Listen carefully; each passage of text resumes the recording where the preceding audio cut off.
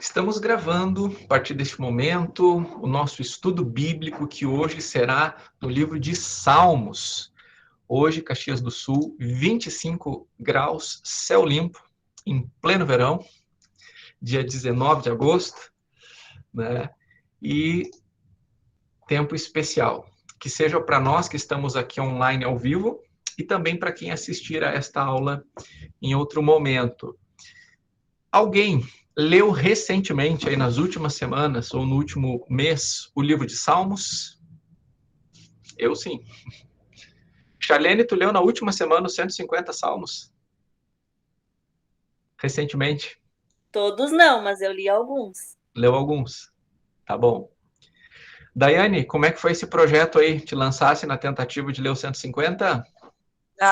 Foi só até o 24 essa semana. Mas tá bom. Tá bom. Eu não sei que dia que foi, mas eu li recentemente todo o livro de Salmos também. E quando a gente consegue ler todo o livro, a gente tem um aproveitamento melhor desse tempo aqui, né? Então, Provérbios é viável, né? Provérbios é viável para a semana que vem. Bem, gente, então vamos ter a nossa visão panorâmica sobre o livro de Salmos, né? Algumas curiosidades. Por exemplo, Salmos não é adequado falar os capítulos. Por exemplo, quando a gente fala, vamos abrir a nossa Bíblia no capítulo 5 de Salmos. Não é capítulo. Vamos abrir a nossa Bíblia no Salmo 5, porque ele é um salmo, ele não é um capítulo. E a gente vai entendendo mais sobre o livro de Salmos hoje, com vários detalhes que vão fazer com que a gente fique ainda mais maravilhados pela palavra do nosso Deus. Vou compartilhar aqui a tela com vocês.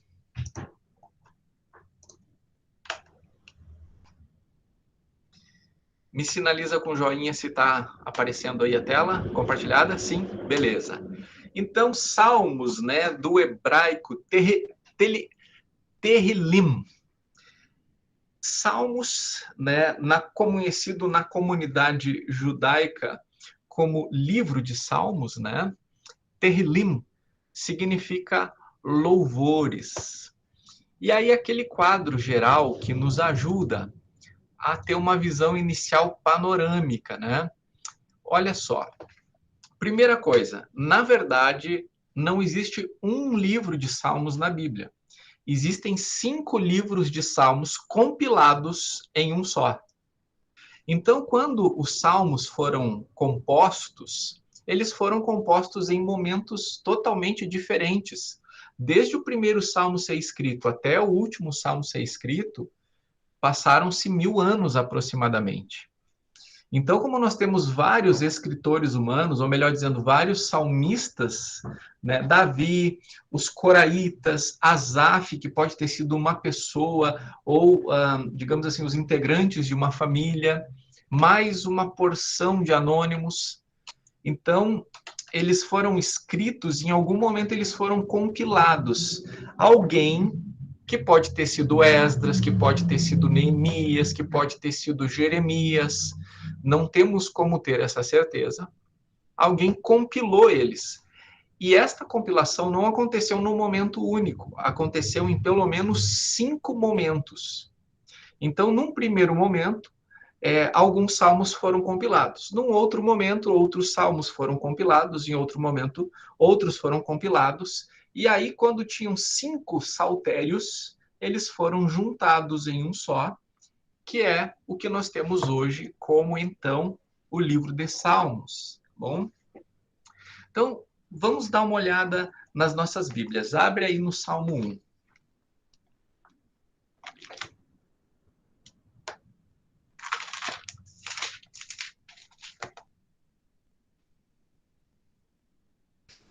Então, eu não sei se na sua versão da Bíblia, antes do Salmo 1, tem uma informação, livro 1.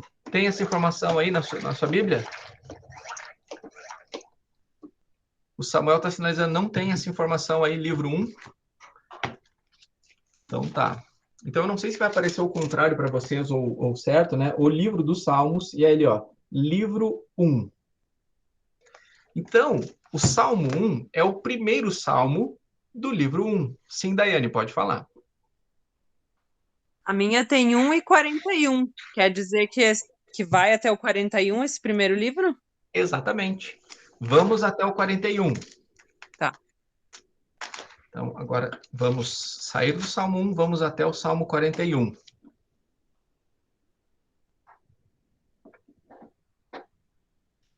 Perceba que depois do Salmo 41, antes de começar o Salmo 42, tem uma informação ali, livro 2. Né? Por quê? Porque os primeiros 41 salmos pertenciam a um primeiro volume. E aí o livro 2 tem o Salmo 42 até o 72. Vamos lá para o 72.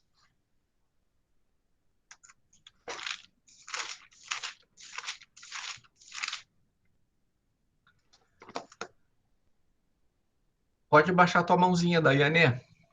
Aquela que fica na tela ali.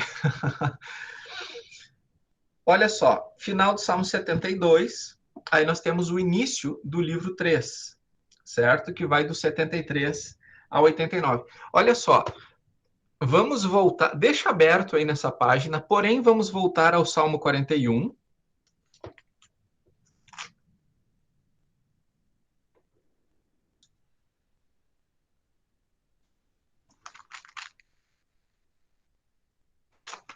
E vamos perceber que não necessariamente o versículo 3 pertencia ao Salmo 41. Em geral, na leitura corrida da Bíblia, pode parecer que sim. Mas o versículo 13, na verdade, é uma doxologia. O que é doxologia? Quando os escritores humanos bíblicos estão registrando a palavra de Deus, em determinados momentos, eles passam a louvar a Deus. Então, a pessoa, né, Jeremias, ou Esdras, ou Neemias, que foi o compilador do livro número 1 de Salmos, ao finalizar isso, ele finalizou com uma doxologia, que é o versículo 13. Bendito seja o Senhor, Deus de Israel, de eternidade em eternidade.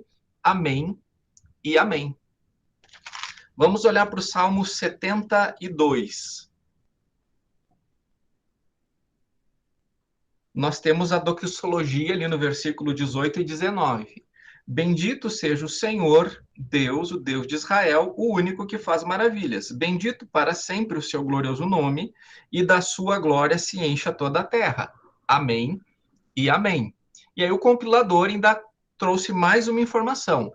Aqui terminam as orações de Davi, filho de Jessé.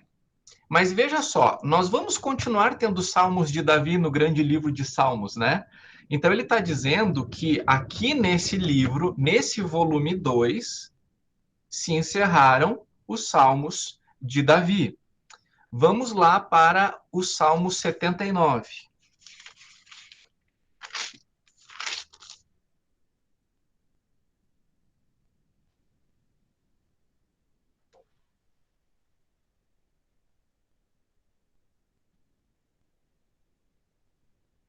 Ok, Sabrina, fica tranquila, fica tranquila. Espera que eu coloquei a referência errada aqui nesse final de Salmos. 73, 79.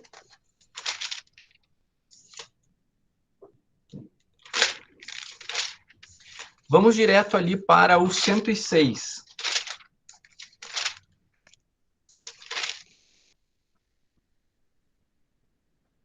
Olha o versículo 48. Bendito seja o Senhor, Deus de Israel, de eternidade a eternidade. E todo o povo diga amém. Então aqui está a doxologia. Amém, aleluia, né? Na outra doxologia a gente tinha encontrado amém e amém, né? Aqui a gente encontra amém e aleluia.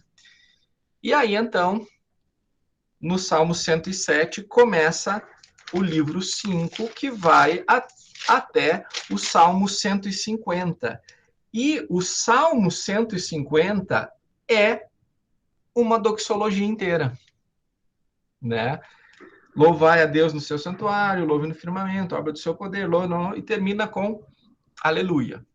Então, aqui nós temos o encerramento do livro de Salmos.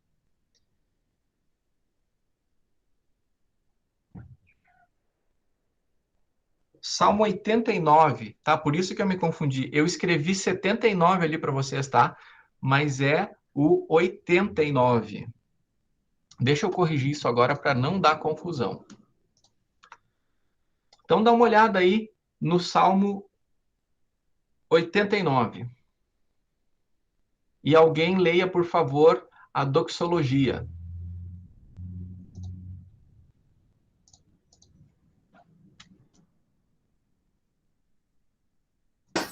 89, 52. Bendito seja o Senhor para sempre. Amém e amém. Uhum. Tá bom, gente. Me dá só uns segundinhos aqui, porque eu já corrigi no PowerPoint, mas eu tenho que salvar como PDF e abrir como uma aba do Google Chrome. Então, isso leva alguns segundos.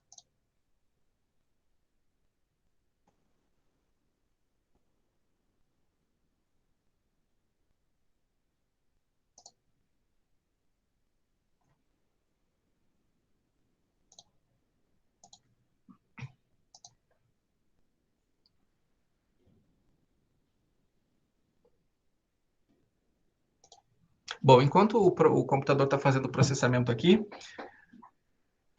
quem já sabia sobre isso? Quem não sabia? Quem ficou surpreso com essa situação aí, com serem 5 livros de salmos e cada salmo terminar com um salmo? Não é legal?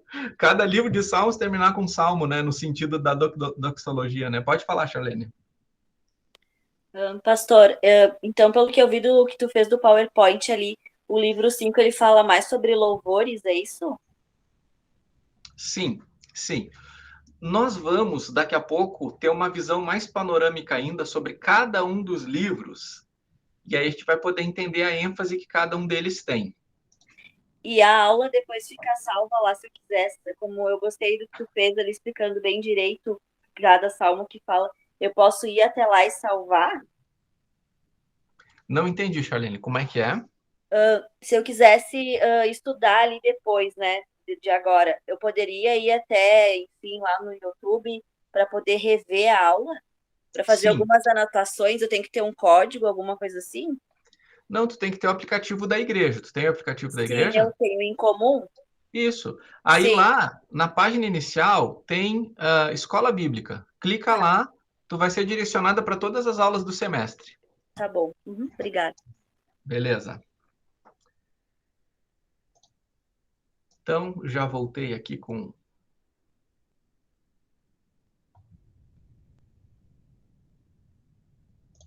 Aqui.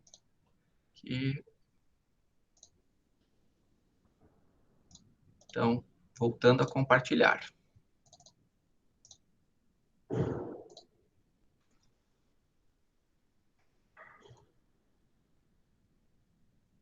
Beleza. Tá compartilhando aí? Ok. Então, já corrigi aqui a informação, tá? Então, aquilo que eu acho que a Charlene estava falando, né? O primeiro livro, nós encontramos nele mais cânticos de adoração. No livro 1 e 2, hinos de interesse de Israel. E 4 e 5, hinos de louvor. Isso não é uma regra absoluta, porém é uma linha geral de cada um dos livros. Deixa eu saudar aqui com a paz do Senhor a minha irmã Terezinha. Boa noite, Tere. Então, olha só. Cada um dos livros foi compilado por alguém. Alguém pegou os salmos que Davi escreveu, alguém pegou os salmos que foram escritos pelas pessoas e compilou dentro de um livro. E alguém pegou os 5 e compilou em um só, certo? E a ordem, ela não é aleatória. Daqui a pouco a gente vai ver um gráfico de descendente e ascendente que vai fazer todo sentido com a criação do céu e a terra e a criação de novos céus e nova terra. Tá? Mas vamos perceber que o primeiro livro, né, os primeiros 41 capítulos, eles têm muita relação com Gênesis, né? Eles abordam muito a questão do homem, da criação. Êxodo fala, o livro 2 fala sobre livramento, redenção, o livro 3 fala bastante sobre culto, sobre templo, o livro 4 fala sobre a peregrinação, sobre o deserto, porque aqui eles estão num período de exílio, então faz muito sentido que os salmos que vão ser gerados nesse período falem sobre deserto e peregrinação. E Deuteronômio, então, né, bastante escritura e louvor. Já vimos ali a doxologia final de cada um dos livros e o possível compilador, né? Livro 1, Davi, livro 2 e 3, Ezequias ou Josias, livro 4 e 5, Esdras ou Neemias. Ok? Então, nós temos, assim, algumas indicações de autoria nos Salmos. Alguns salmos se identificam dizendo Salmo de Davi, por exemplo, né?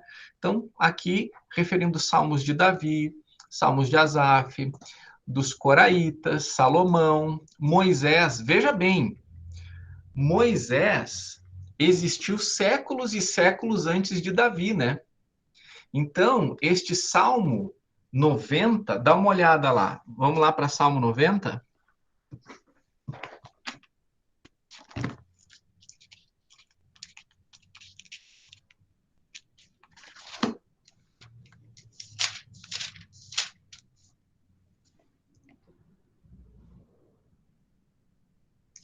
Então, qual é a informação que nós encontramos aí no início do Salmo 90, que dá início ao quarto livro?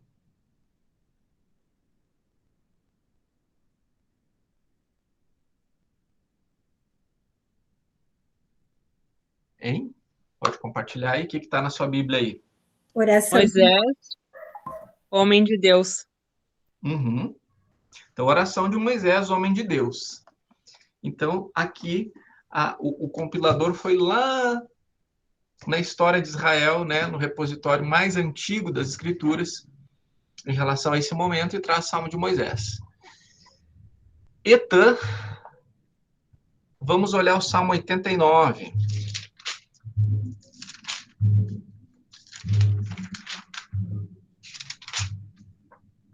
Então, qual é a informação que nós temos aí?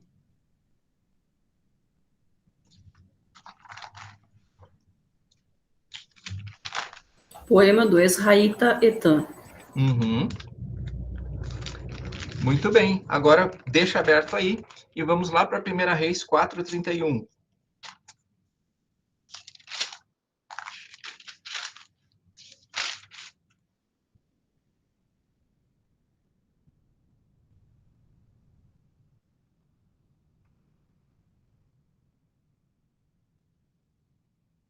Quem pode ler para nós?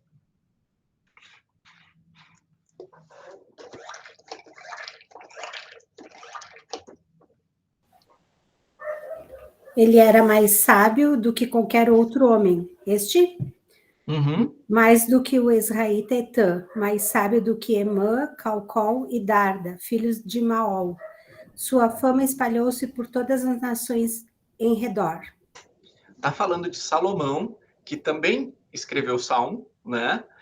Mas está dizendo que Salomão era mais sábio que algumas pessoas, inclusive que esse Ezraíta chamado Etã. Então, a gente já fica sabendo que Etã era alguém daquele período anterior e que escreveu um salmo e que ele era considerado sábio, porém Salomão era considerado mais sábio ainda.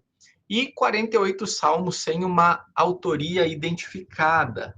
Mas olha só, tem algo que a gente precisa falar aqui sobre essa identificação de salmos, tá? Então, por exemplo, vamos dar uma olhada no Salmo 3.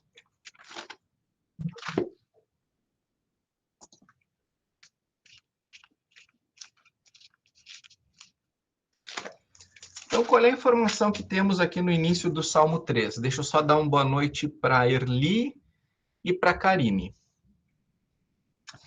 Então, qual é a primeira informação do Salmo 3?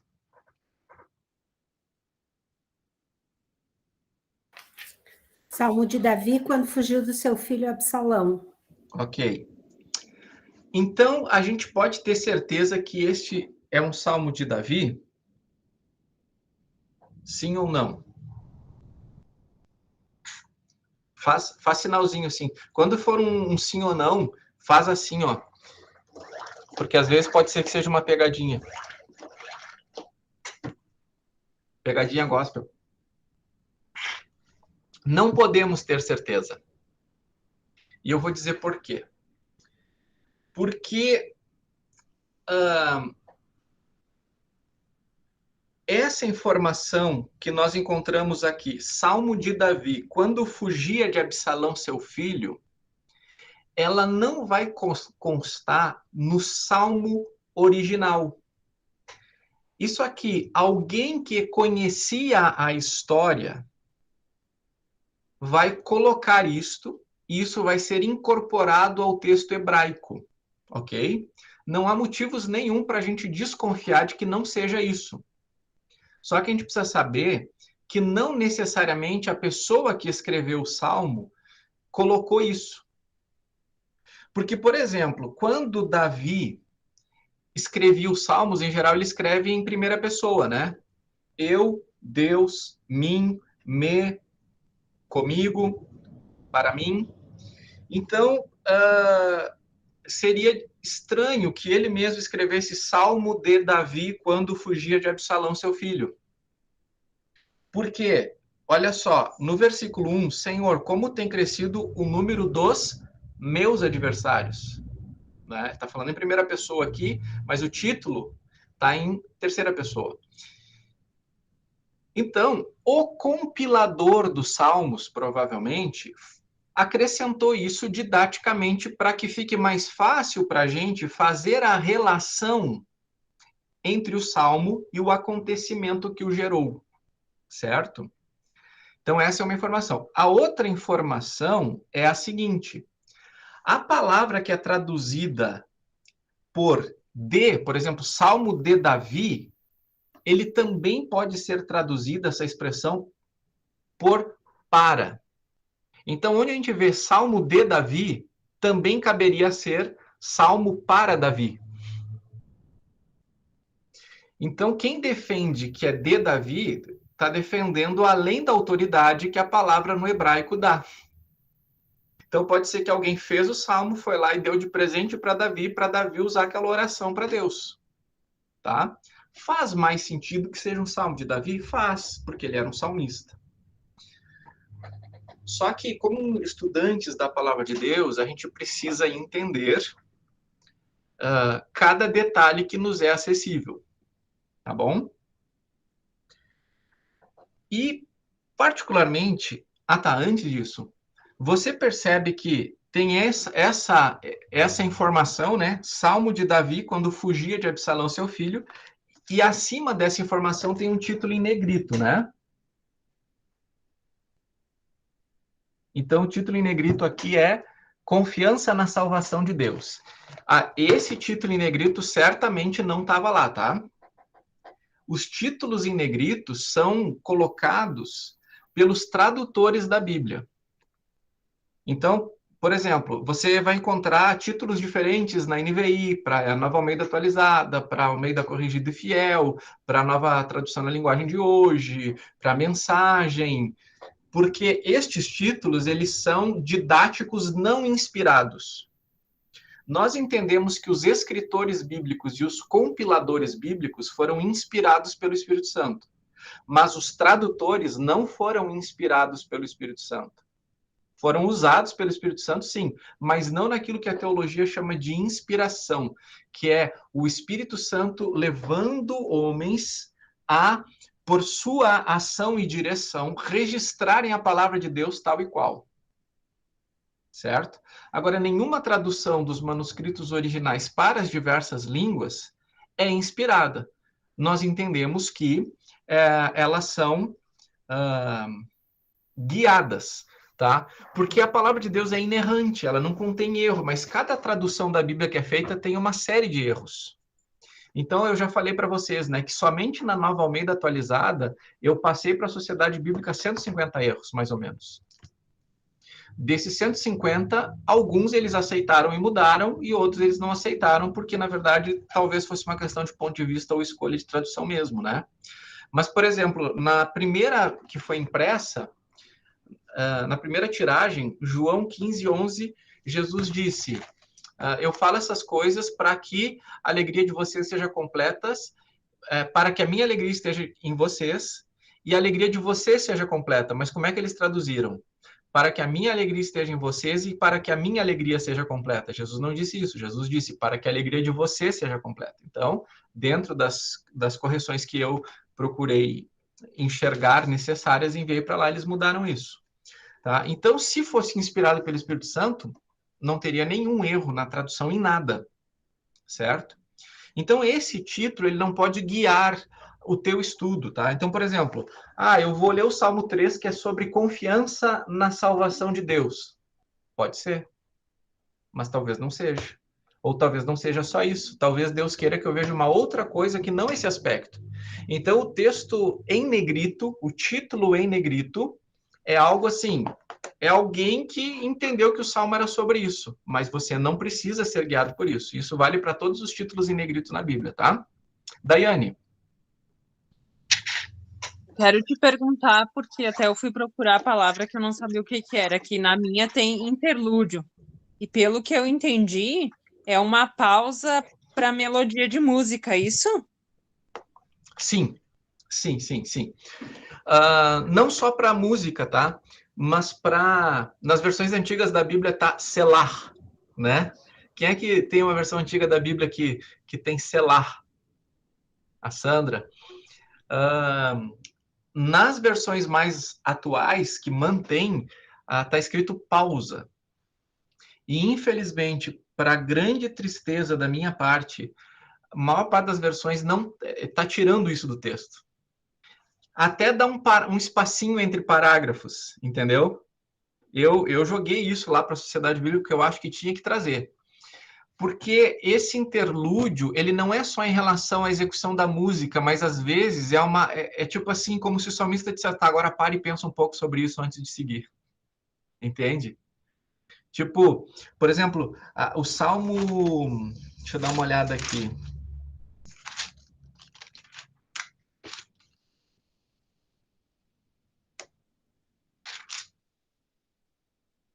O Salmo 77. Me sinaliza aí quem que tem uma versão na Bíblia que tem a palavra selar, pausa ou interlúdio.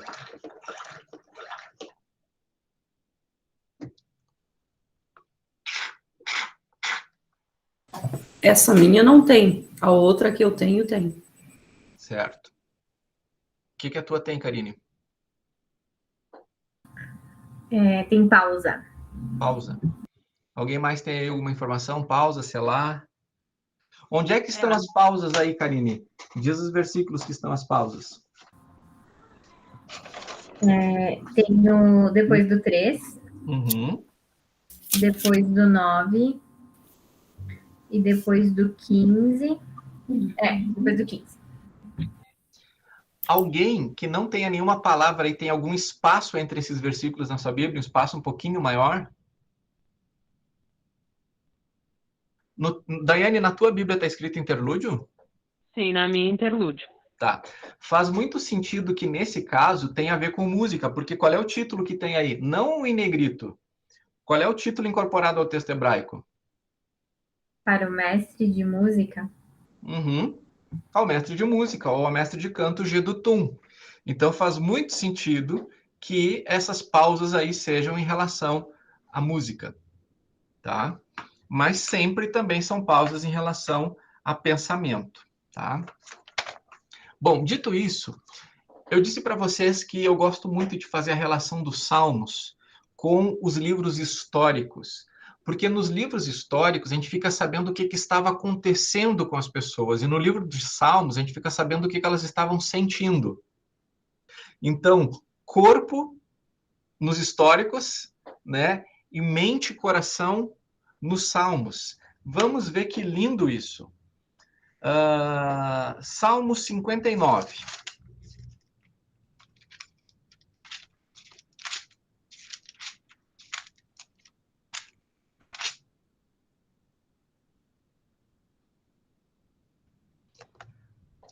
o título ali em hebraico, quer dizer, incorporado ao texto hebraico, ao mestre de canto, segundo a melodia, não destruas, hino de Davi, quando Saul mandou que lhe vigiassem a casa para o matar. Então, vamos lá para 1 Samuel 19:11.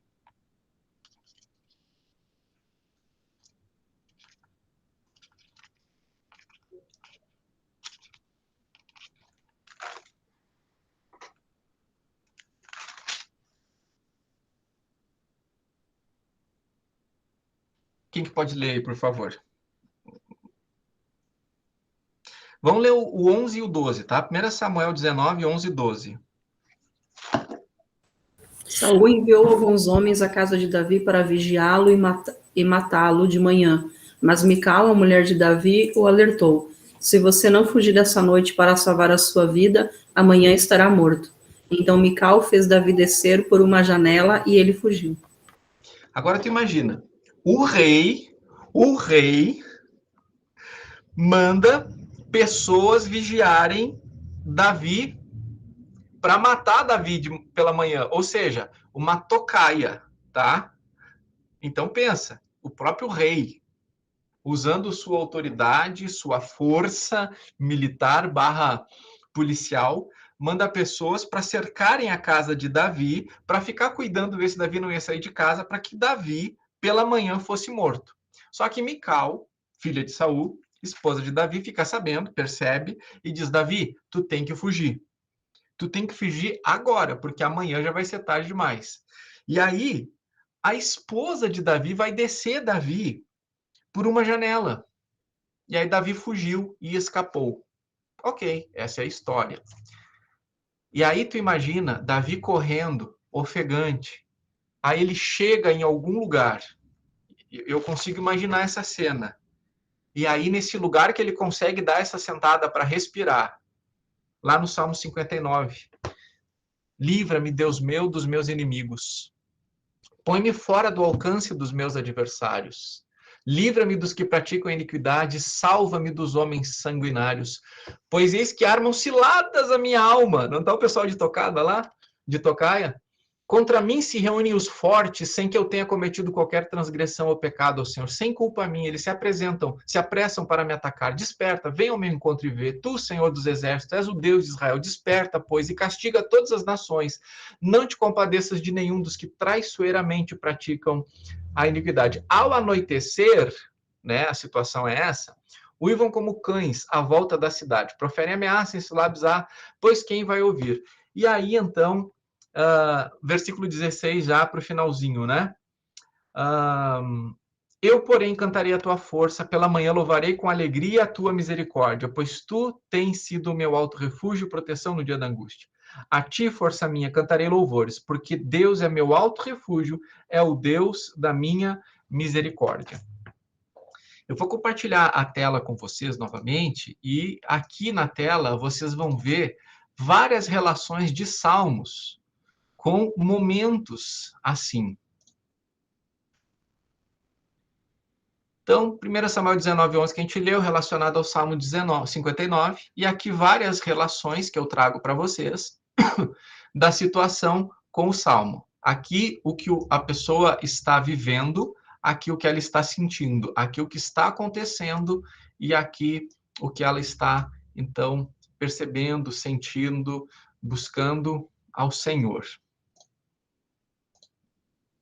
Vamos falar, então, sobre os tipos de salmos que nós vamos encontrar aqui. E eles são bem diferentes, dependendo da categoria de cada um deles, tá? Antes disso,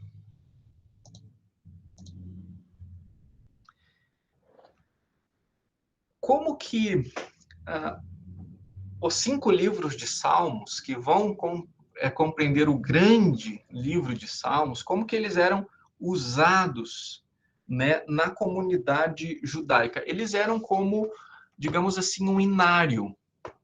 Então, quem vem de origem batista e de berço, usava o cantor cristão. Depois, o inário para o culto cristão. Quem vem de um berço mais pentecostal, usou provavelmente a harpa cristã.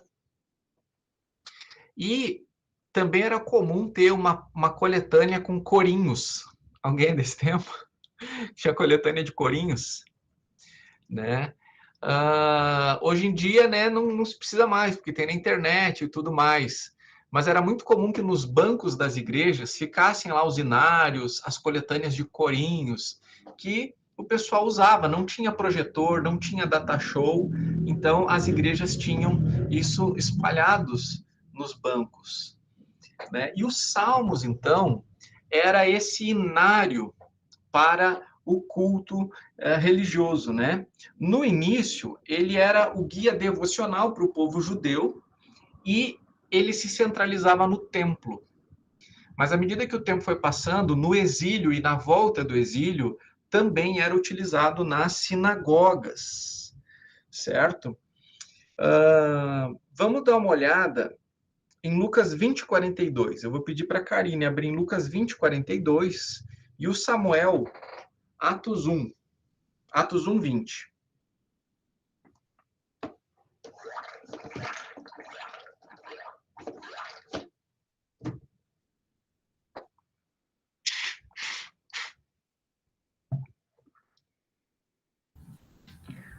O próprio Davi afirma no livro de Salmos: O Senhor disse ao meu Senhor: Senta-te à minha direita.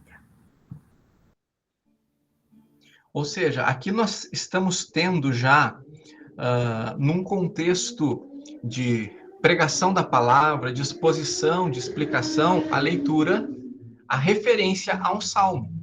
Porque esse era um ponto de convergência, né, dos apóstolos, do próprio Senhor Jesus, que era citar as escrituras em locais que elas já eram citadas para então fazer referências ao Senhor. Então, por exemplo, quando o Senhor vai lá, se eu não me engano, em Cafarnaum e diz: o Espírito do Senhor está sobre mim, ele está lendo o rolo de Isaías, ele diz: hoje se cumpriu o que vocês leem aqui nas Escrituras, né? Então, usar os salmos nesse contexto faz muito sentido. Atos 1, 20. Porque está escrito no livro de Salmos: Fique deserta a sua morada, e não haja quem nela habite, e tome outro o seu encargo. Essa é uma situação de um salmo, né, que está sendo usado já no contexto do início da igreja. Vamos para 1 Crônicas 23.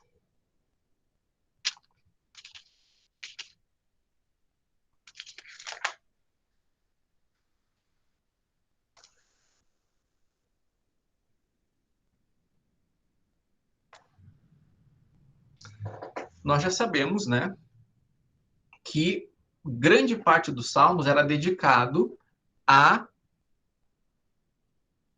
se adorar ao Senhor com música. Então, por isso que nós vamos encontrar vários, ao mestre de canto, ao líder de música, né? Então, eles iam receber uma musicalidade e com ela seriam, adorariam o Senhor. E Davi, ele construiu muitos instrumentos de louvor, né? Então, a gente tem que pensar o seguinte: estes salmos, eles estão sendo compilados durante a história de Israel, né? Nós vamos ter desde o Salmo 90, né, que faz o retrospecto lá de Moisés, e aí Davi, que é o segundo rei de Israel. Nós temos o Salmo de Salomão, que é o terceiro rei de Israel. Nós temos salmos de Etã, que é contemporâneo ou anterior a Salomão. Ou seja, onde é que está o registro do que está acontecendo? Lá em 1 e 2 Samuel, 1 e 2 Reis, 1 e 2 Crônicas, né? Então, lá naqueles livros históricos, a gente vai vendo execução disso. Dá uma lida aí, então, em 1 Crônicas 23, 5. Alguém leia esse momento lindo aí.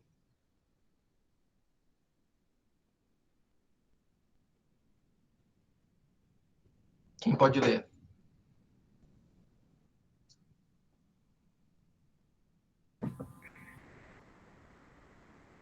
$4.000 para serem guardas das portas e 4.000 para louvarem o Senhor com os instrumentos musicais que Davi tinha preparado com esse propósito. É isso? Pensa nessa orquestra aí de 4.000 instrumentos, hein? Que coisa mais linda, né? Então, tu imagina, assim, Davi compondo um salmo lá, endereçando ao mestre de música. E aí o cara vai lá e coloca uma melodia nisso, né? No Salmo 77, o pedido é para que ela seja ao estilo de Jedutum. E a gente não sabe como é que era, mas era um estilo de vitória pelo contexto de Jedutum, que marchava à frente do povo. Então, e aí isso vinha, os músicos aprendiam, e agora nós temos 4.000 aqui. Que coisa linda, né, gente? Então, agora sim, vou voltar a compartilhar a tela. Para falarmos sobre os tipos de salmos e podemos compreender melhor. Salmos de lamento, de gratidão, de louvor, de entronização, de peregrinação, reais no sentido de rei, né? Que vem a majestade de Deus, salmos de sabedoria, salmos da lei, salmos imprecatórios e cânticos de confiança, tá? Estes salmos de lamentos, eles são lamentos. Que são dirigidos a Deus. É um pedido direcionado a Deus, assim, no qual o coração é derramado, e aí sentimentos são apresentados, pedido de proteção a Deus, né? E os sentimentos nesses salmos de lamento são variados: medo, dor, tristeza, né? Sofrimentos como perseguição, ou sentindo os efeitos do pecado, né?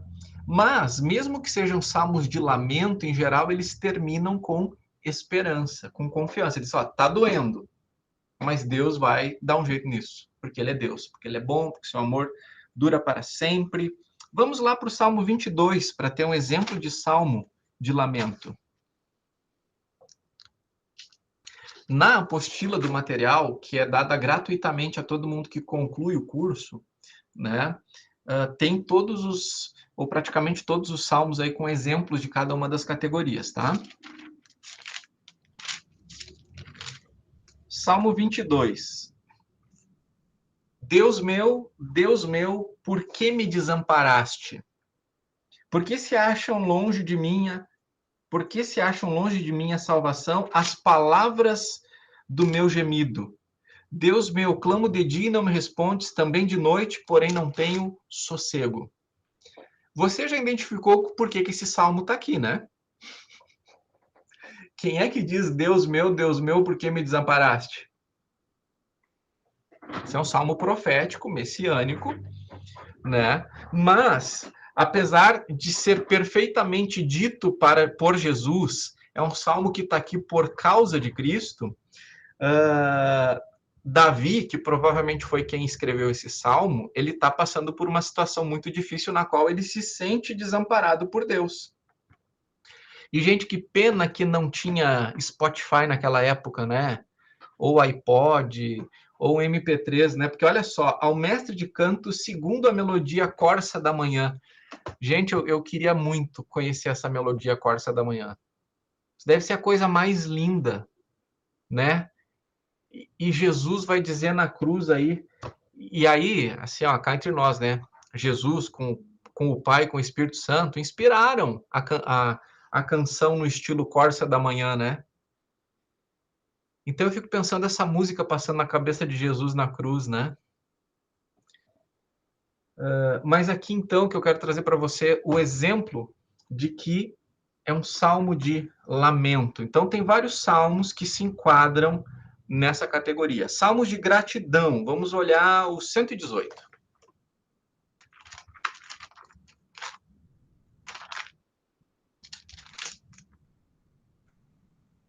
Dêem graças ao Senhor, porque Ele é bom, porque a sua misericórdia dura para sempre. Diga, pois, Israel, sim, a sua misericórdia dura para sempre. Diga, pois, a casa de Arão, sim, a sua misericórdia dura para sempre. Digam, pois, os que temem ao Senhor, sim, a sua misericórdia dura para sempre. Então, aqui nós temos um legítimo exemplo de um salmo de louvor.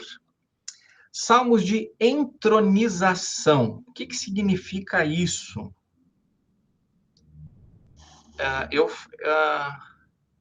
Eu fui para o Salmo de Louvor, né? Sim. Gratidão. O Salmo 118 que a gente leu agora é o Salmo de gratidão, né? Tá, então vamos para o Salmo de louvor, 29.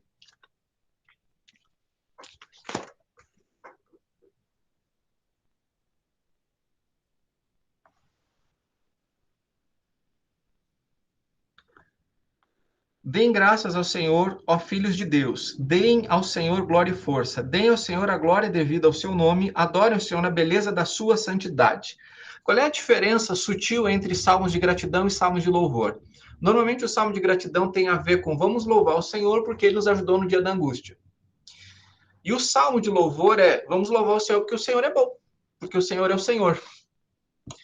Salmos de entronização, eles descrevem o reinado do Senhor sobre tudo. Vamos olhar, por exemplo, o Salmo 47.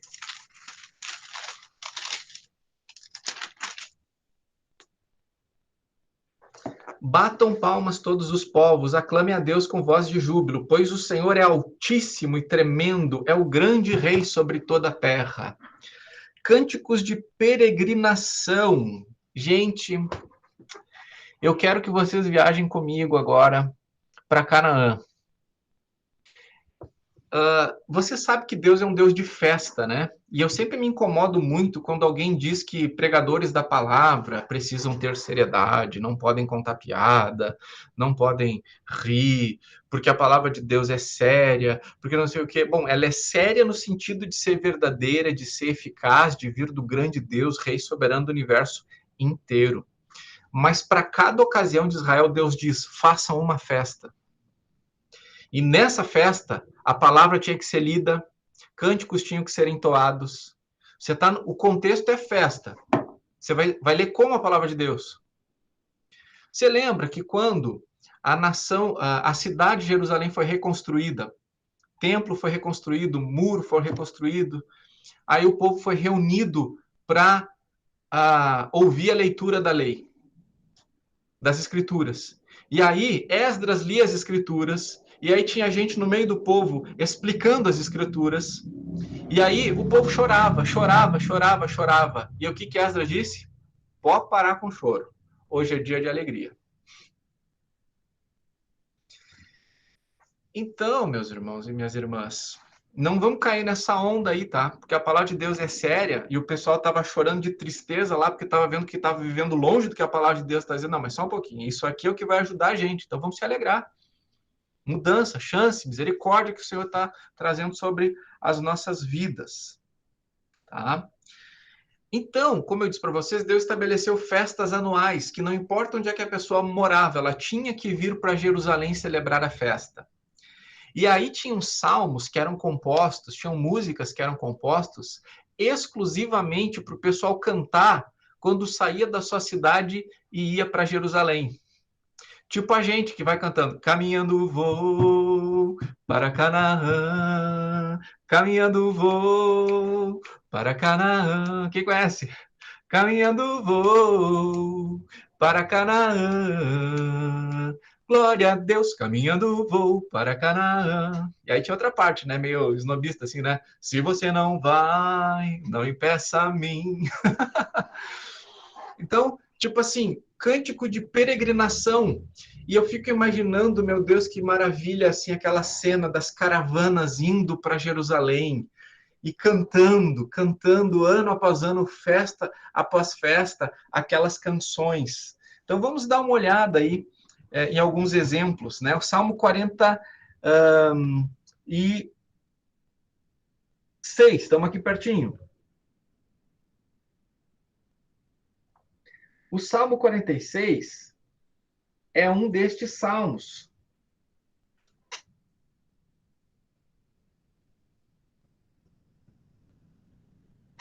E olha só os detalhes que tem aqui, tá?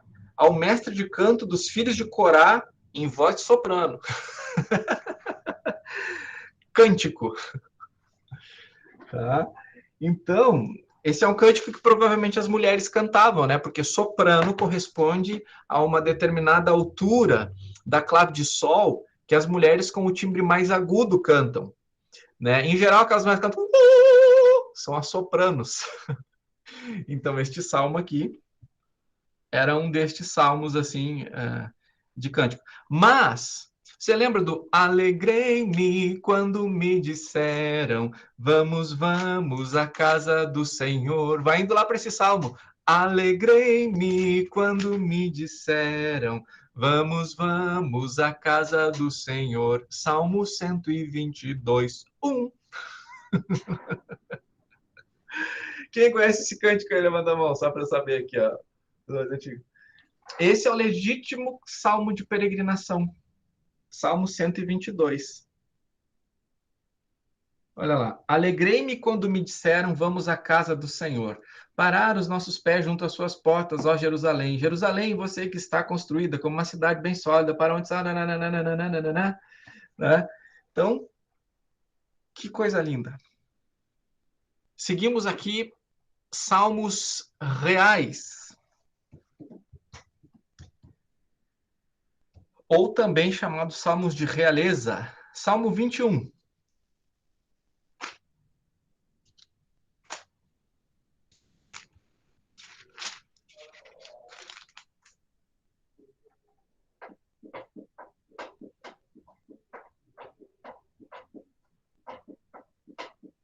Lê alguém para mim aí, por favor, ou para nós, o Salmo 21, 1.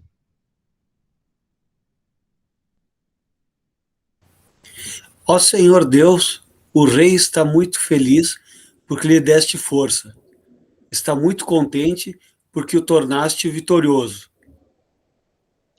Então, os salmos reais, ou salmos de realeza, eles sempre fazem uma referência ao rei. Ele não está dizendo assim, Deus, tu és o rei. Estes são salmos de entronização, tá? Eles estão dizendo, Deus, o rei é legal porque tu faz ele ser legal.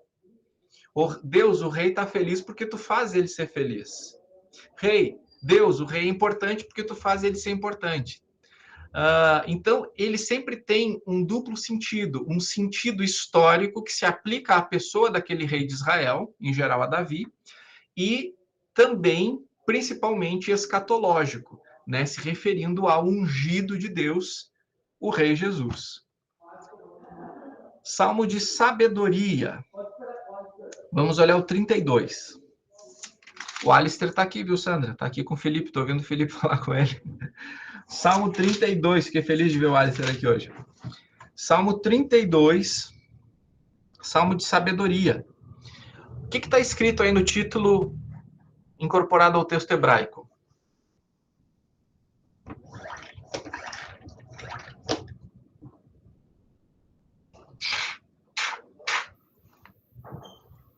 De Davi, salmo didático. Salmo didático, né? É para ensinar. Esse é um salmo cujo objetivo é um ensinamento direto, né? Ele vai, o grande ensinamento desse salmo é o seguinte, ó, tentar administrar o pecado vai dar errado. Pecado não se administra, pecado se confessa. Então, por isso que é um salmo didático. O objetivo é ensinar com esse salmo, né? Transformá-lo em música também, mas ensinar através dessa música, ensinar através desse salmo. Salmos da lei. Qual é o salmo da lei? Os salmos da lei, ele tem uma característica que tem a ver com o caminho certo, tipo que é para andar no caminho certo. Qual é um salmo que vem na tua cabeça falando sobre que tem que fazer desse jeito e é desse jeito que dá certo?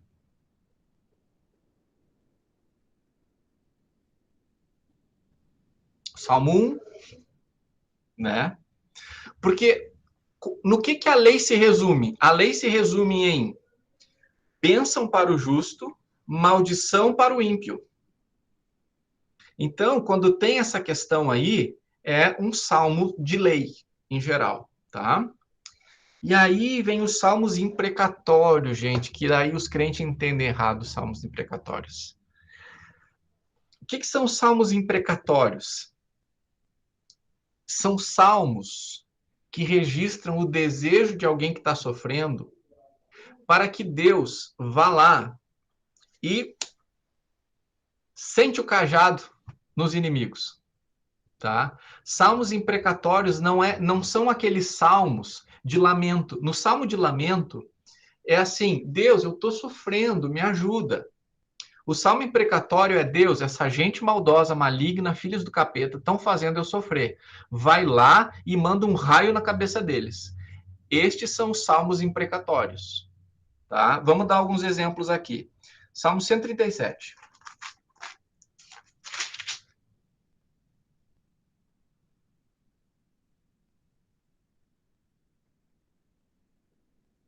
Salmo 137,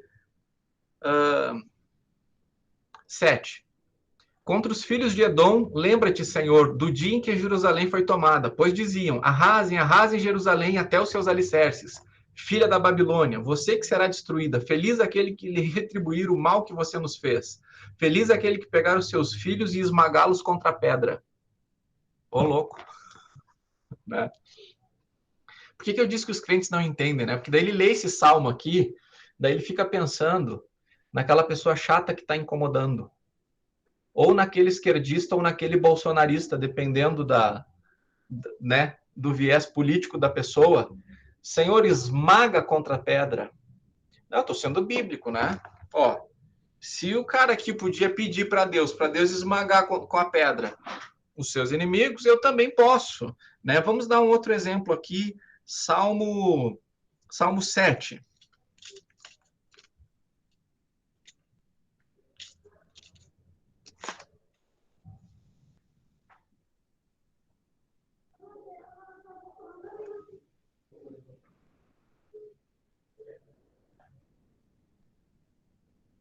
Dezesseis, 14. Eis que o ímpio está com dores de iniquidade, concebeu a maldade e dá à luz a mentira.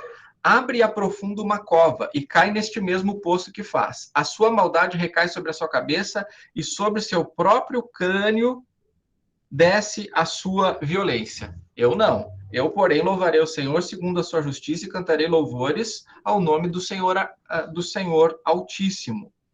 Bem, deixa eu só dar mais um outro exemplo aqui. Vamos para o 35.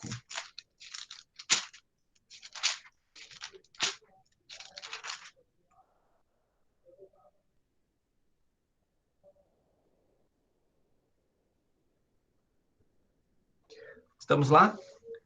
Ó Senhor, defende a minha causa contra os que me acusam.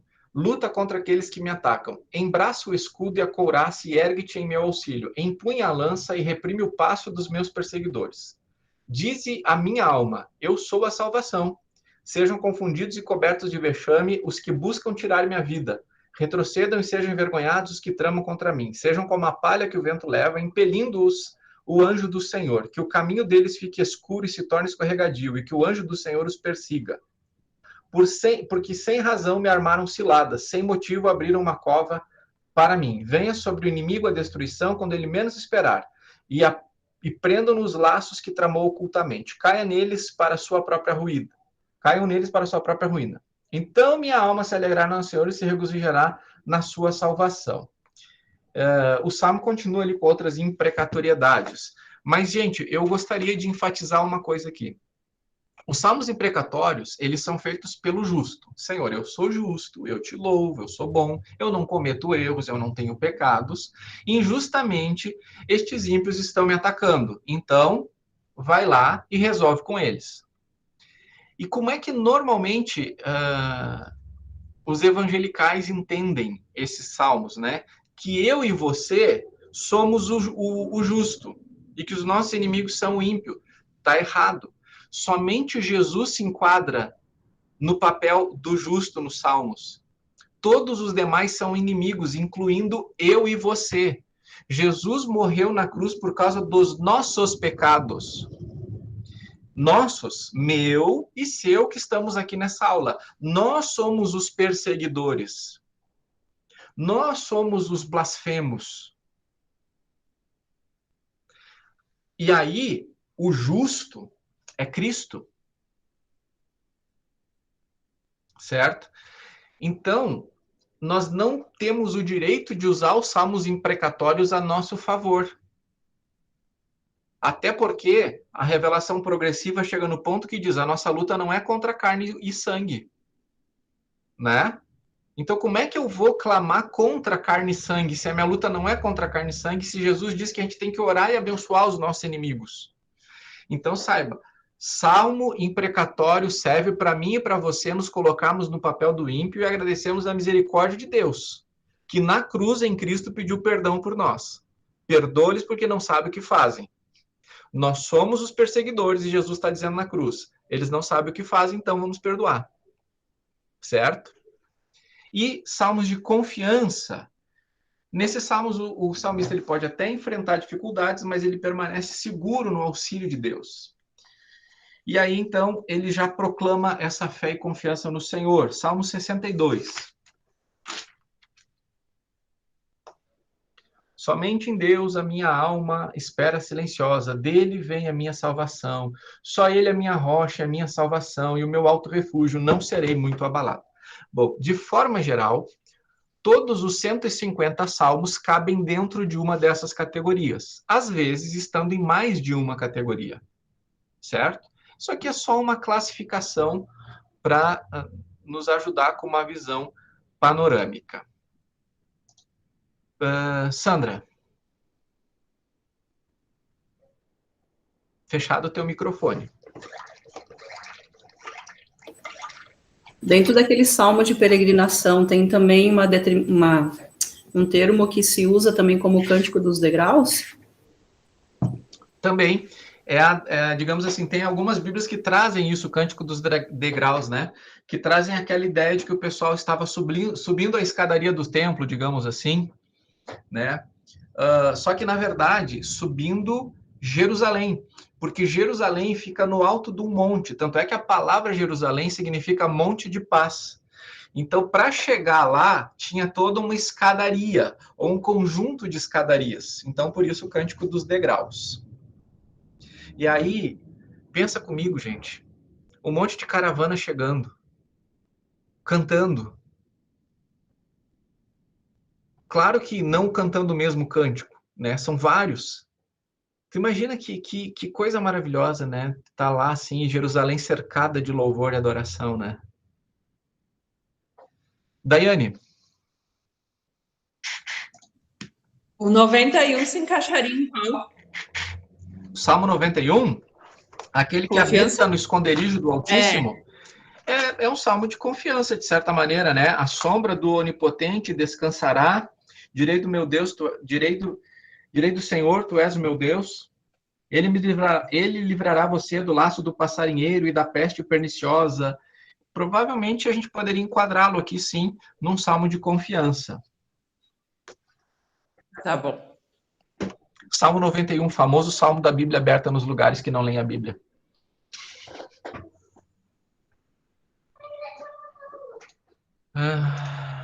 Tô compartilhando, né? Então, olha só, gente. Isso aqui é bem didático, tá? Esse é um material que eu tô compartilhando com vocês da especialização que eu fiz em exposição bíblica. Teve um semestre que foi só sobre salmos. E aí, o resultado final foi esse esquema aqui.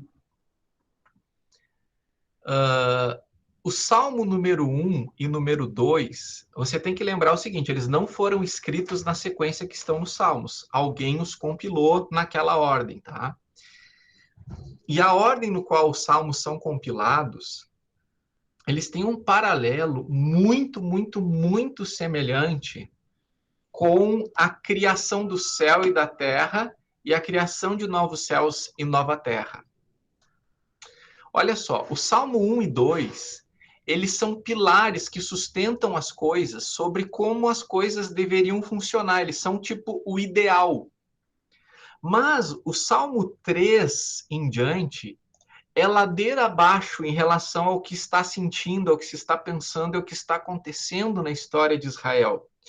Como aconteceu com Adão e Eva. Então, lá em Gênesis 1, nós temos Deus estabelecendo as coisas no plano ideal, e aí vem a queda. E aí os salmos acompanham essa queda aqui. Até que lá no 41, nós vamos ter, a partir do livro 2, né, uma retomada de algo bom, de algo a celebrar. Então, poderíamos fazer um paralelo aqui com um recomeço com Noé. Mas a gente sabe que não foi definitivo, houve a queda e foi ainda mais profunda, porque os pecados foram ladeira abaixo, né? e aí então, culminando com o exílio de Israel. Até que veio o Senhor Jesus e tornou possível, então, que nós possamos nos encaminharmos para novos céus e nova terra. O livro 1, nós vamos ter o ideal, né? Salmo 1 e 2, e aí nós vamos ter muita desgraça acontecendo e fé. No livro 2, que é o do Salmo 42 ao 72, nós vamos ter bastante confusão de sentimentos e bastante confusão, como eu citei. E aí, no livro 3, tem muito desespero e desobediência, né? Estes salmos aqui são muito, entre aspas, sombrios em relação ao que se tem vivido, ao que se tem sentido, né? Mas aí, no livro 4 e depois no livro 5, nós vamos ver uma ascendência a se terminar com uma celebração grande, gigantesca, né? Então, isso aqui, gente, é apenas didático, tá? Porque aqui no meio desses salmos, nós não vamos encontrar só salmos que se categorizem exatamente aqui dentro dessa definição, mas o bloco de salmos, né, que acaba definindo assim a linha geral de cada um dos 5 livros da Bíblia, podem ser entendidos desta forma. Vamos lá para o Salmo 1.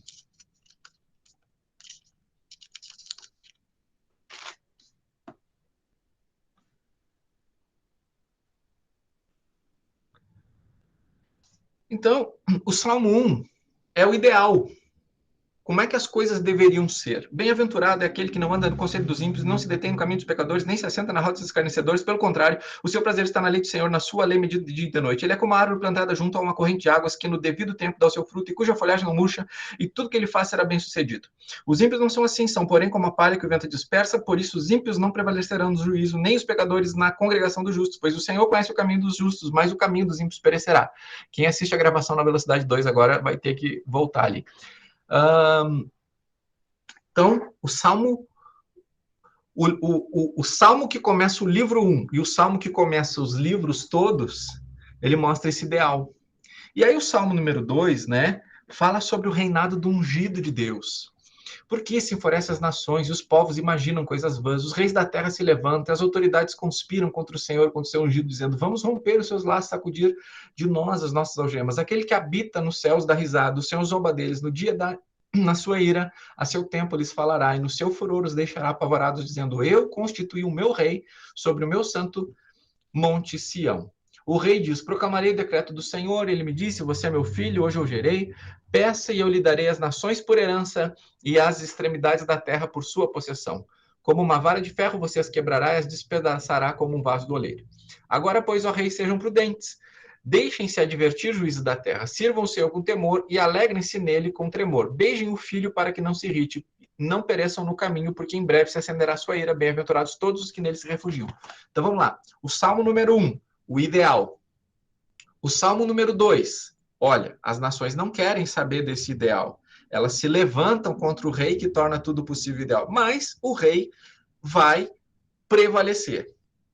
Só que, enquanto isso, olha só o que vai acontecer do Salmo 3 em diante.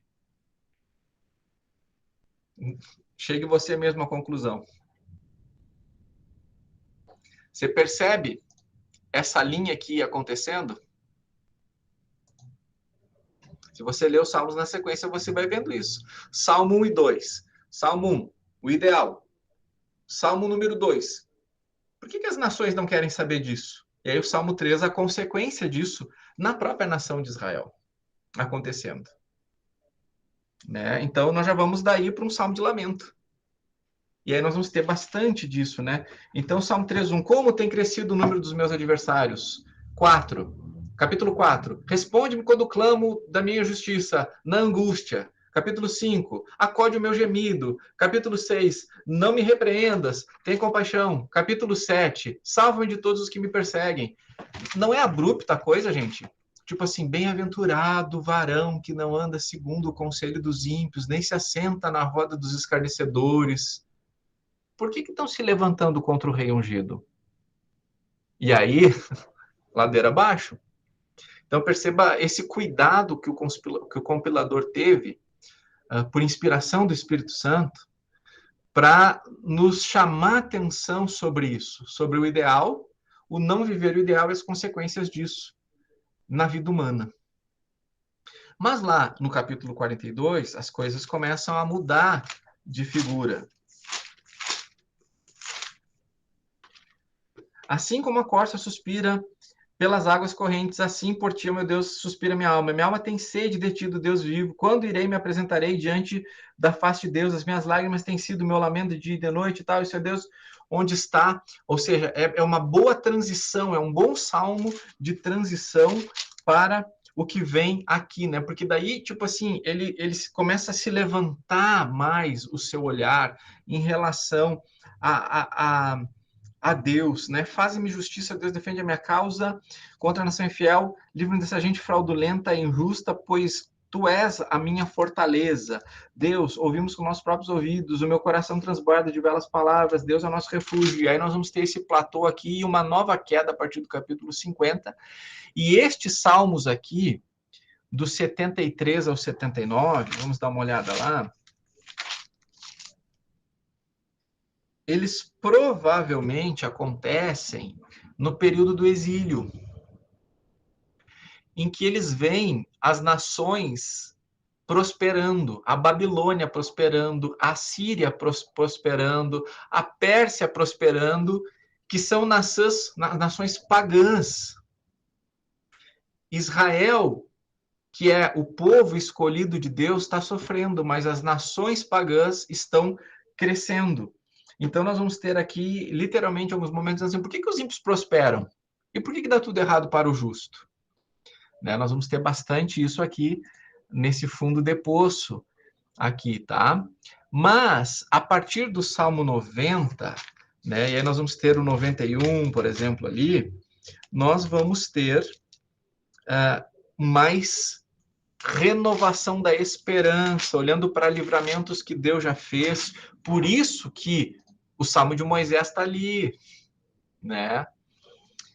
E aí, então, do Salmo 107, 150, já é realmente algo que está se aproximando do fim do exílio, as esperanças estão se renovando, vamos louvar, vamos adorar, olha o que Deus está fazendo, provavelmente decretos aqui já foram estabelecidos, conforme a gente já viu lá no estudo dos livros históricos, né? De volta para a construção do templo, depois volta para a reconstrução do muro, para a habitação das cidades, e aí nós temos então esse final.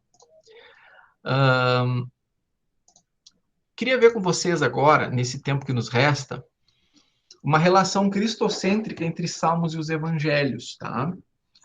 E aqui vai ter que ser só citações mesmo, porque a gente tem 26 minutos para encerrar. Em Mateus, no Evangelho de Mateus, de forma geral, Jesus é referido e retratado como o rei. Muito mais do que em Marcos. Marcos, Jesus é muito mais retratado como o servo que sofre, o rei que lidera a partir do seu próprio sofrimento. Em Lucas, a referência a ele é muito mais a filho do homem, e em João, o filho de Deus.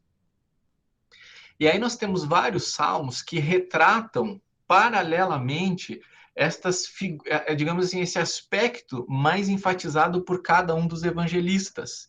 Então, nós já vimos lá no Salmo 2, né? Por que as nações rejeitam o rei? Né? Veio para os que eram seus e os seus o rejeitaram. A própria nação de Israel rejeitou. Né? Então, Salmo 2, 18, 20, 21, 24, 47, 110, 132 fazem um bom paralelo com o que se registra em Mateus. Salmo 17, 22, 23, 40, 41, 69, com Marcos. 116, 40, Lucas. 19, 102, 118, com João. Agora, na parte que eu quero dedicar mais tempo desse fim, o que nós vamos fazer é uma relação dos salmos com a profecia messiânica apontando para Jesus. Tá? Então, eu vou pedir para o Pedro abrir no Salmo 2,7 e para Tere, Mateus 3,17. Para o Leandro, Salmo 8,6, para a Lovane, Hebreus 2,8. Para a Karine, Salmo 16,10. Para o Samuel, Marcos 16, 6 e 7. Para a Daiane, Salmo 22:1, para a Charlene, Salmo 27:46. Então, começamos com Salmo 2:7. Proclamarei o decreto do Senhor. Ele me disse: Tu és meu filho. Eu hoje te gerei. Mateus 3:17. Então uma voz dos céus disse: Este é meu filho amado, de quem me agrado. Salmo 8:6. Tu lhe deste poder sobre tudo o que criaste. Tu puseste todas as coisas debaixo do domínio dele. Hebreus 2:8. E puseste todas as coisas debaixo do domínio dele. Quando se diz que Deus pôs todas as coisas debaixo do domínio dele, isso quer dizer que nada ficou de fora.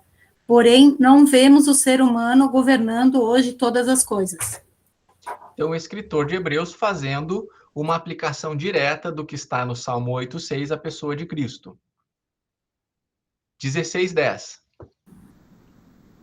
Porque tu não me abandonarás no sepulcro, nem permitirás que o teu santo sofra decomposição. Marcos 16:6 e 7. Ele, porém, lhe disse: Não vos atemorizeis, buscai a Jesus, o Nazareno, que foi crucificado. Ele ressuscitou, não está mais aqui. Vede o lugar onde o tinham posto. Mas ide, dizei a seus discípulos e a Pedro que ele vai adiante de vós para a Galiléia. Lá o vereis como ele vos disse. Esse Salmo 16:10 é interessante.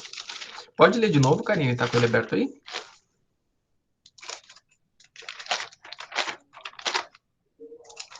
Porque tu não me abandonarás no sepulcro, nem permitirás que o teu santo sofra decomposição. E aí, olha só o que Lucas faz aqui em Atos 2. Registrando, né? Vamos para Atos 2. Eu tinha pedido para alguém ler Atos 2, 22 e 27? Tá. Olha só, o que acontece aqui em 2, 22 a 27. Lembra que quem está falando aqui é o apóstolo Pedro, tá? E Pedro, ele vai dizer que Deus ressuscitou Cristo, né? Mas ele vai dizer o seguinte, nós temos esse salmo aí, né, que é atribuído a Davi. Vamos ver o versículo 29. Irmãos, permitam-me falar-lhes claramente a respeito do patriarca Davi. Ele morreu e foi sepultado. E o seu túmulo permanece entre nós até hoje. Sendo, pois, profeta e sabendo que Deus lhe havia jurado que um dos seus descendentes se assentaria no trono, prevendo isso, referiu-se à ressurreição de Cristo, que nem foi deixado na morte, nem o seu corpo experimentou decomposição. Ou seja, versículo 34, porque Davi não subiu aos céus, mas ele mesmo disse o Senhor ao meu Senhor, sente-se à minha direita e põe os meus inimigos, até que eu ponho os seus inimigos por estrado dos seus pés. E aí nós temos a referência àquele salmo lá, que é o Salmo 2, né? Mas ele está dizendo o seguinte, olha o versículo 27, porque não deixarás a minha alma na morte, nem permitirás que o teu santo veja corrupção. A Pedro está dizendo o seguinte, tá, tudo bem, foi Davi que escreveu o Salmo? Foi, mas Davi não pode estar falando sobre si mesmo, porque Davi morreu e seu corpo experimentou decomposição. Isso aqui é Jesus, meu povo. Então, o que Pedro está dizendo é Jesus. Então, isso aqui era uma profecia messiânica. E Pedro está dizendo mais, né? Ele está dizendo que Davi tinha consciência disso. Estava profetizando. Então, esse salmo é um salmo messiânico, é um salmo profético. Qual foi o próximo texto que eu pedi para ser lido?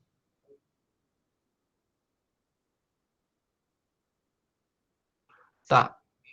Será que era eu? Qual que Salmo ficou? 22:1? Aham, pode ser. Meu Deus, por que me abandonaste? Por que estás tão distante de meus gemidos por socorro? Mateus 27, 46. Quem é que está dizendo isso? Pode ler.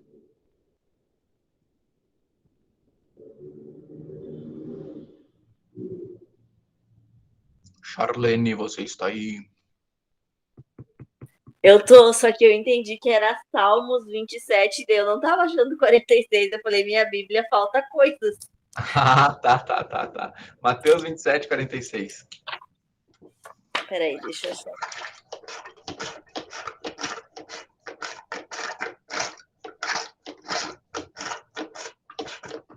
Acabou meu chimarrão. Deu para ouvir pelo ronco aí ou não? Pelo ronco da térmica? Agora roncou a cuia.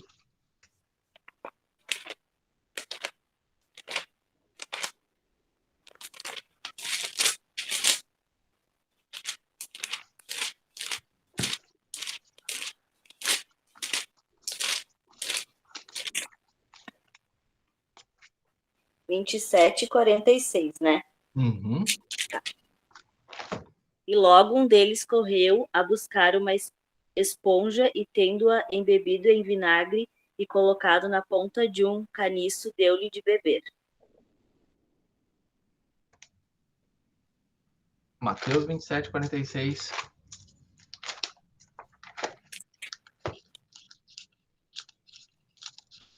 Mateus 27.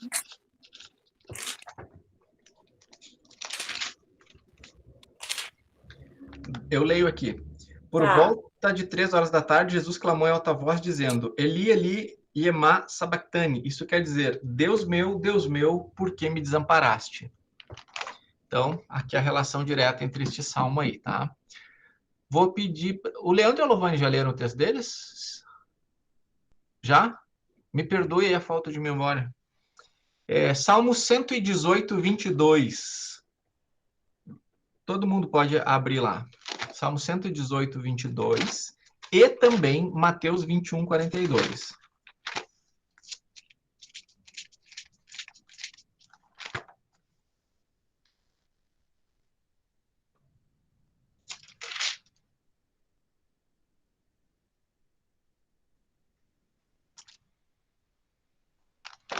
Então, por favor, quem pode ler Salmo 118, 22?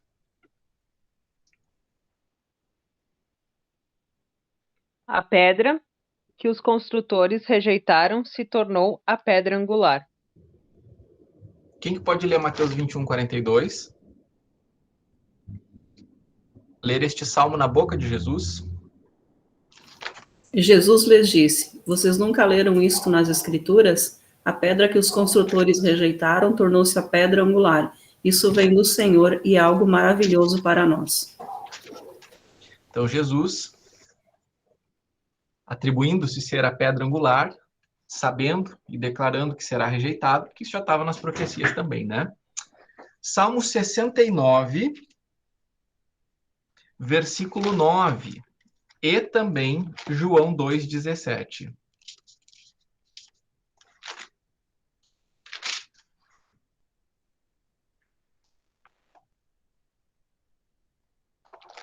Quem lê aí, por favor, Salmo 69, 9. Pois o zelo da tua casa me consumiu, e as ofensas dos que te insultam caem sobre mim. João 2,17, quem lê? Seus discípulos lembraram-se que está escrito: o zelo pela tua casa me consumirá. Gente, isso aqui é o que tem que acontecer com a gente o tempo todo. As coisas estão acontecendo e o Espírito Santo vai nos trazendo a palavra de Deus, a gente vai ligando o que a palavra de Deus diz com aquilo que está acontecendo. Então, Jesus faz um chicote, começa a derrubar as coisas no templo, expulsa as pessoas e diz, as pessoas que estavam lá, né, mal intencionadas, dizendo, vocês transformaram a casa de Deus nesse negócio aqui, nessa bagunça aí. E aí, então, daquela confusão toda, aquela saia justa. E aí, o que o Espírito Santo mostra para os discípulos? O Salmo 69, 9. O zelo pela tua casa me consumirá. Então, aquele salmo de séculos e séculos antes, ele agora, nesse exato momento, tem a sua razão de ser. Então, é mais um exemplo aqui sobre as profecias messiânicas nos Salmos. E aí, gente, os dois últimos textos estão aqui na própria tela. Peço ao Leandro que leia Lucas 24, 27, é o primeiro texto aqui em cima, e ao Lovane, Lucas 24, 44, o segundo texto aqui embaixo.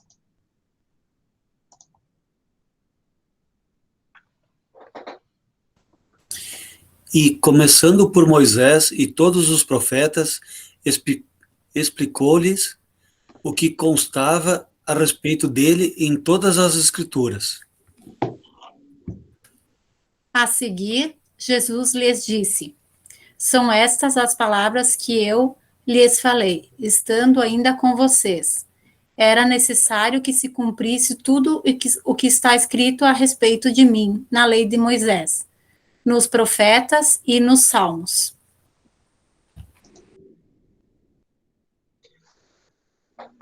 Então, meus amados e minhas amadas, nunca vamos esquecer disso. Os profetas estão lá, Moisés está lá, os salmos estão lá para ensinar sobre Jesus. Jesus diz o seguinte, ele explicou para os discípulos do caminho de Emaús o que constava a respeito dele em todas as escrituras. Legal. E aí, ele segue falando e dizendo o seguinte, olha, aconteceu comigo tudo que no livro de Salmos diz que ia acontecer. Tudo que os profetas disseram que ia acontecer, tudo que Moisés escreveu. Então, eu não posso olhar para o Pentateuco, eu não posso olhar para os livros proféticos, eu não posso olhar para os Salmos e pensar que é sobre mim, pensar que é sobre a minha vida, ou sobre, como se diz, a vida cristã, é sobre Jesus. Jesus está dizendo, aquilo foi escrito, dizendo o que ia acontecer comigo. Aconteceu, ok? Daqui para frente é comigo. Então, Jesus é suficiente. Por isso que ele não diz para a gente permanecer na teologia, permanecer na doutrina. Ele diz, permaneçam em mim. É nele que permaneceremos na doutrina. É nele que teremos a teologia saudável. O relacionamento com Jesus é algo pessoal e primordial. Eu não posso me relacionar com Jesus porque a Bíblia diz. Eu preciso ler a Bíblia porque eu me relaciono com Jesus. É de Jesus para a Bíblia, não é da Bíblia para Jesus. A Bíblia não leva as pessoas para Cristo, mas Cristo leva as pessoas para a sua palavra. Porque a ação do Espírito Santo de Deus, quando um discípulo está falando o evangelho para outra pessoa que ainda não conhece o Senhor, ela é algo que não depende do que está registrado em qualquer livro da Bíblia. Veja, isso não diminui a importância da Bíblia. Mas quando uma pessoa está dizendo, olha, eu não conseguia ser fiel à minha esposa, mas aí eu conheci Jesus, Jesus transformou a minha vida. Hoje eu me arrependi, procuro reparar os meus erros com a minha esposa, sou um pai presente em casa, Jesus mudou a minha vida. E a pessoa se converte com esse testemunho. Entende? Agora, para a pessoa crescer em Cristo, ela vai precisar conhecer as palavras de Cristo. E aí, então, será necessário se fundamentar. Né? A própria palavra de Deus diz, cresçam na graça e no conhecimento de Cristo. Vejam, cresçam na graça e no conhecimento de Cristo. Então, eu uso as Escrituras pela graça para conhecer Cristo. Não ignorando que ele mesmo disse, olha, tudo que estava lá em Moisés, nos profetas e nos salmos, estava dizendo o que tinha que acontecer, e aconteceu comigo, em relação a mim. E aí no Novo Testamento nós vamos a partir disso, já que é Cristo, então com Cristo é assim. Certo? Gente, minutos para dúvidas e colocações finais, por favor, fiquem à vontade.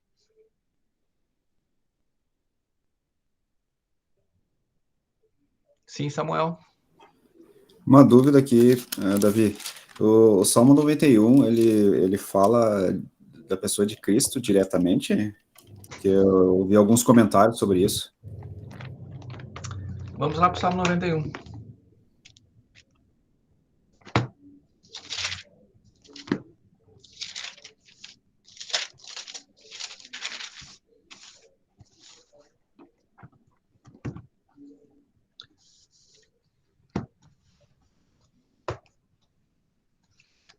É um dos salmos mais conhecidos da Bíblia, né? E eu não sei se a gente pode dizer um dos mais lindos, né? Quando você diz que algo é mais lindo que outra coisa acaba ficando menos lindo que aquela outra coisa, né? Eu não me sinto muito à vontade para dizer isso. Mas olha só.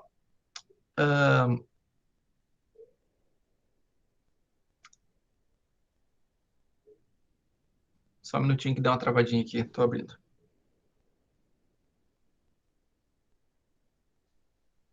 Salmo.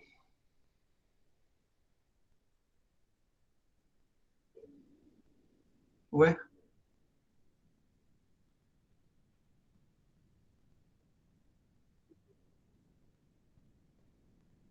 Agora sim, Salmo 91. Salmo.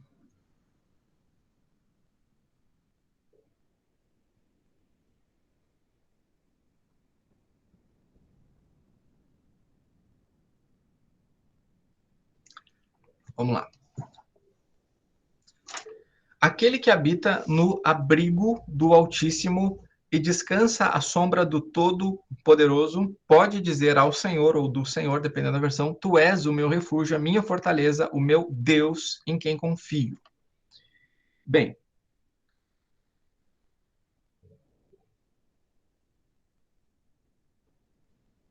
quando aqui o salmista está escrevendo, pode dizer ao Senhor, ele está usando a expressão Javé.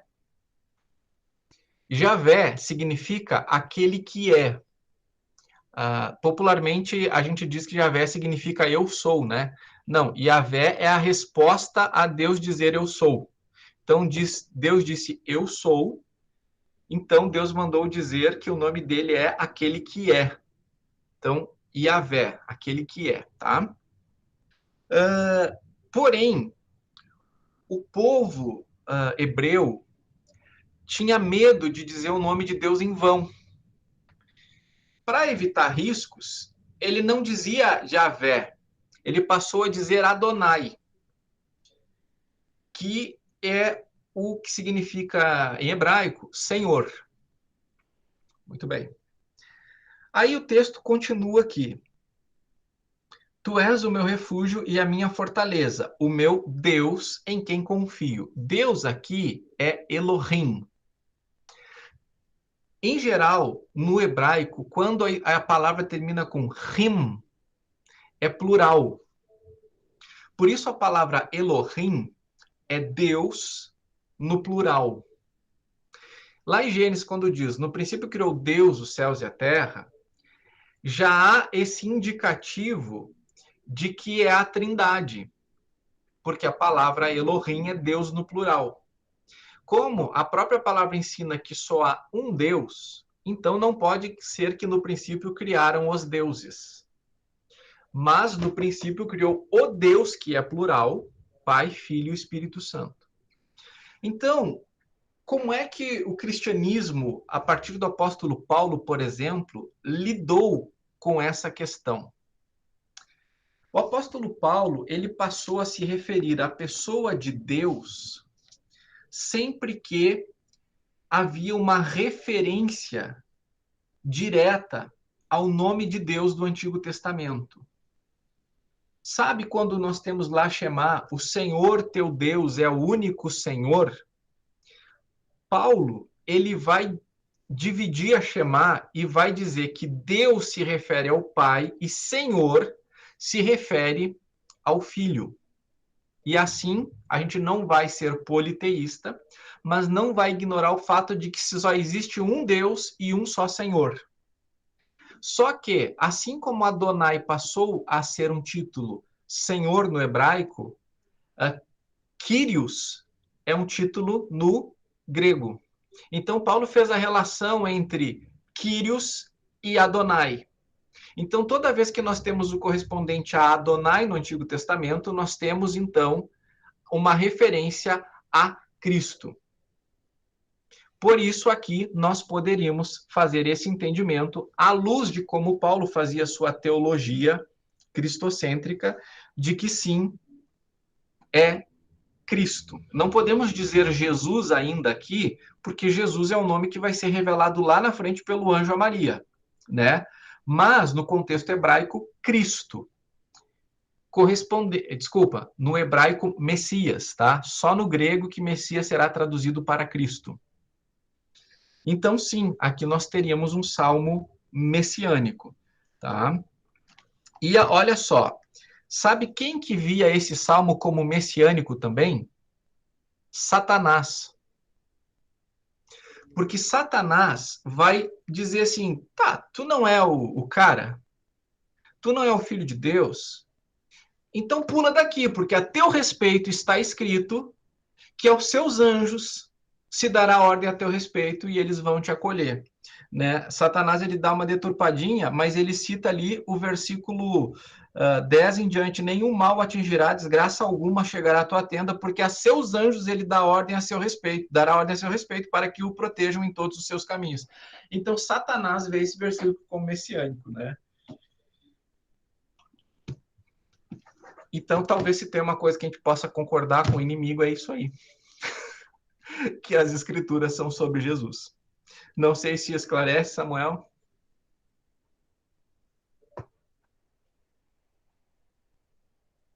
Alguém mais tem alguma colocação, dúvida? Daiane?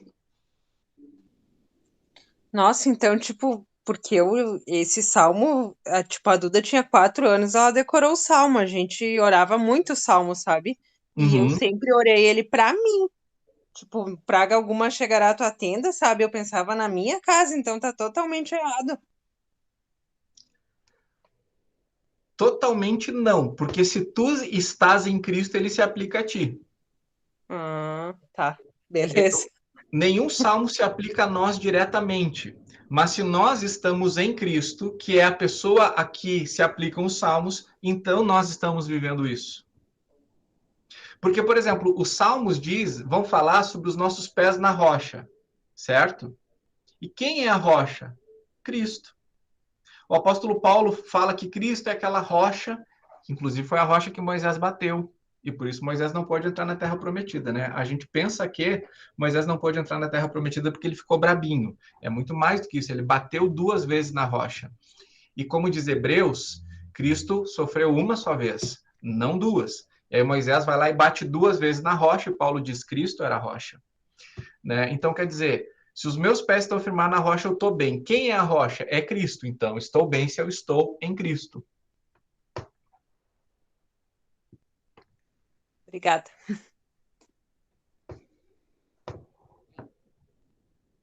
Algo mais?